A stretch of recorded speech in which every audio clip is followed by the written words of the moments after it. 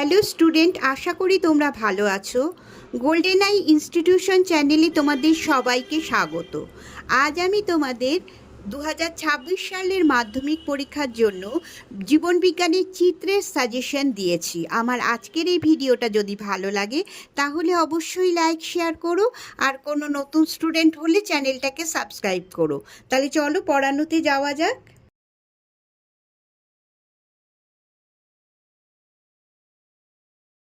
মাধ্যমিক 2026 জীবনবিজ্ঞানীর চিত্রের সাজেশন। দেখো, চিত্রের মধ্যে আমি প্রথমেই দিয়েছি নিউরনের চিত্র। এটা এবারে জন্য সবচেয়ে ইম্পর্টেন্ট চিত্র। তারপরে দিয়েছি প্রতিবর্ত চাপের চিত্র বা প্রতিবর্ত পথের চিত্র, যাই বলুক না কেন এটা এটা দিয়েছি। তারপরে 3 নম্বর হচ্ছে সপুষ্পক উদ্ভিদের নিষেক পদ্ধতি।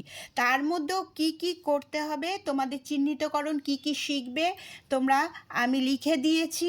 ছবি আঁকার জন্য তোমরা জানো যে 3 মার্কস থাকে, আর চিহ্নিতকরণের জন্য থাকে 2 মার্কস।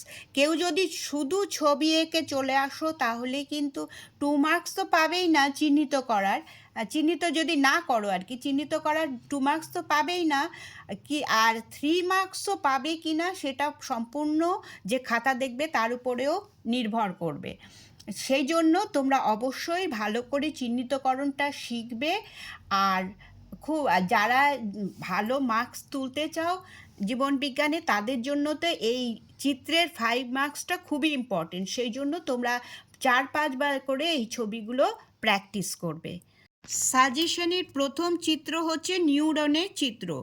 নিউরনের চিত্র থেকে এবার ইম্পর্টেন্ট হচ্ছে অ্যাকশন। দেখো, এই অ্যাকশন হিলকের শেষ প্রান্ত থেকে একদম প্রান্ত বুরুষের আগে অবধি পুরোটা এই জায়গাটায় এরম করে দাগ দিয়ে তোমরা অ্যাকশন লিখবে।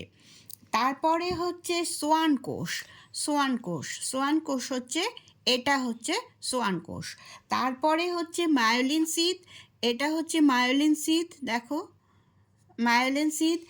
আর তারপরে হচ্ছে প্রান্ত বুরুষ একদম নিচে এরকম শাখা প্রশাখার মতো জায়গাগুলো, এটা হচ্ছে প্রান্ত বুরুষ।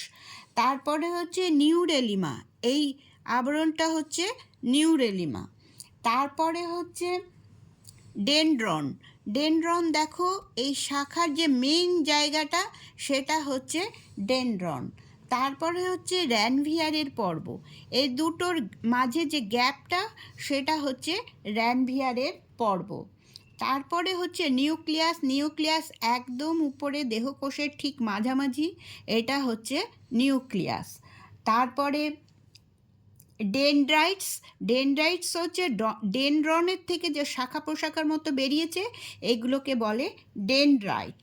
তারপরে হচ্ছে নিজল দানা হচ্ছে এই যে সূক্ষ্ম দানার মতো এই পদার্থগুলো, এগুলোকে বলা হয় নিজল দানা। অ্যাকশন হিলক বলে হচ্ছে এই দেহকোষ থেকে যে স্থানটা গিয়ে প্রায় এই অ্যাকশনে মিশেছে সেই জায়গার মাঝের পর্বটা হচ্ছে অ্যাকশন হিলক।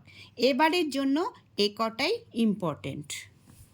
সাজেশনের দ্বিতীয় চিত্র প্রতিবর্ত চাপের চিত্র বা প্রতিবর্ত পথের চিত্র, যাই বলুক না কেন এই ছবিটা হবে। এই ছবিটার মধ্যে ইম্পর্টেন্ট হচ্ছে সেন্সারি নিউরন, এই জায়গাটা দেখো সেন্সারি নিউরন। তারপরে হচ্ছে মোটর নিউরন, এর নিচে মোটর নিউরন, এগুলো মোটর নিউরন।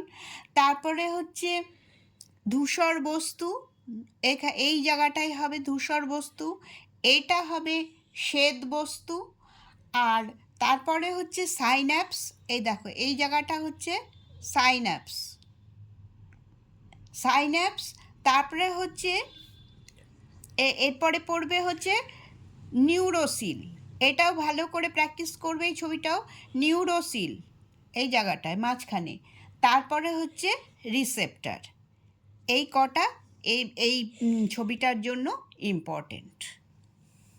জীবনবিজ্ঞানের সাজেশনের তৃতীয় চিত্র দিয়েছি সপুষ্পক উদ্ভিদের নিষেক পদ্ধতি। দেখো সপুষ্পক উদ্ভিদের নিষেক পদ্ধতিতে এই ছবিটা আঁকবে। তারপরে হচ্ছে আমি এবারের জন্য দিয়েছি পরাগ রেণু, কোন জায়গাটা। তারপরে হচ্ছে জনন নিউক্লিয়াস, পরাগনালী। দেখো পরাগনালী, এটাও পরাগনালী, আবার এই জায়গাটায় এই ছোট্ট এটাও কিন্তু পরাগনালী। তাই দুটোই তোমাদের চিহ্নিত করতে হবে পরাগনালী আসলে। পুংগ্যামেট, এই পরাগনালীর ভেতরে ছোট ছোট এই যে গোল গোল এগুলো হচ্ছে পুংগ্যামেট। তারপরে হচ্ছে দিয়েছি ডিম্বাণু, এই যে এটা হচ্ছে ডিম্বাণু। সহকারী কোষ, এই উপরের দুটো হচ্ছে সহকারী কোষ, খুব ইম্পর্টেন্ট এটা। তারপরে হচ্ছে নির্ণীত নিউক্লিয়াস, এটা সহকারী কোষেও দাগ দিয়ে দিলাম, ডিম্বাণুতেও দাগ দিয়ে দিলাম। তারপরে হচ্ছে নির্ণীত নিউক্লিয়াস, এই নিচে আলাদা করে পুরো এটা হচ্ছে নির্ণীত নিউক্লিয়াস। তারপর হচ্ছে নালিকা নিউক্লিয়াস। দেখো নালিকা নিউক্লিয়াস হচ্ছে নালিকার ভেতরে যে নিউক্লিয়াসটা সেটা হচ্ছে নালিকা নিউক্লিয়াস। আর তারপরে হচ্ছে প্রতিপাদ কোষ সমষ্টি, এটা এই একদম নিচে যে তিনটে রয়েছে এটা হচ্ছে প্রতিপাদ কোষ সমষ্টি। এগুলো তোমরা ভালো করে প্র্যাকটিস করবে।